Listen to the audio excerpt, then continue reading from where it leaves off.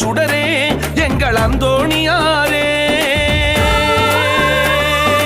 அனைவரும் திகைக்க 1000 கோடியாய் அற்புதங்கள் செய்தவரே. மடப்புறம் மண்ணில் மங்கா புகழுடன் மக்கள் மனங்களில் நிற்கும் உத்தம புனிதரே. பல புதுமைகள் புரிந்து புகழ்கரம் விரித்து எம்மை காக்கும் புனிதரின் திருக்கொடியே, புனிதரின் திருக்கொடியே. பதுவை நகரில் பிறந்த